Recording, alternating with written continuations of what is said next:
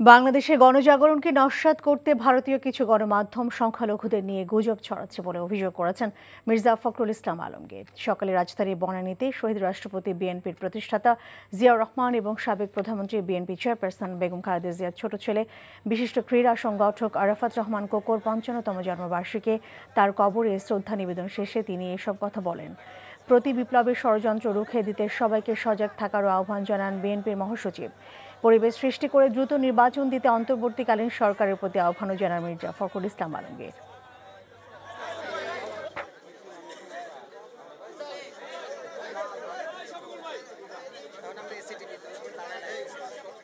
আমি অনুরোধ করব ইন্ডিয়ান গভর্নমেন্টকে যে অতি দ্রুত নির্বাচনের জন্য একটা ক্ষেত্র তৈরি করা এবং সমস্ত বিপদগুলোকে কাটিয়ে সত্যিকার অর্থেই একটা মুক্ত বাংলাদেশ নির্মাণ করার জন্য যত তাড়াতাড়ি সম্ভব তারা একটা নির্বাচনের ব্যবস্থা করবেন। নির্বাচনের মধ্যে দিয়ে জনগণের একটা সরকার প্রতিষ্ঠা।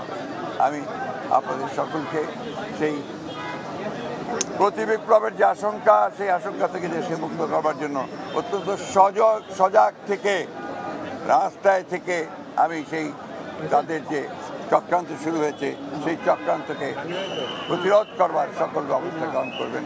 জনগণের কাছে আমার এই হচ্ছে প্রত্যাশা।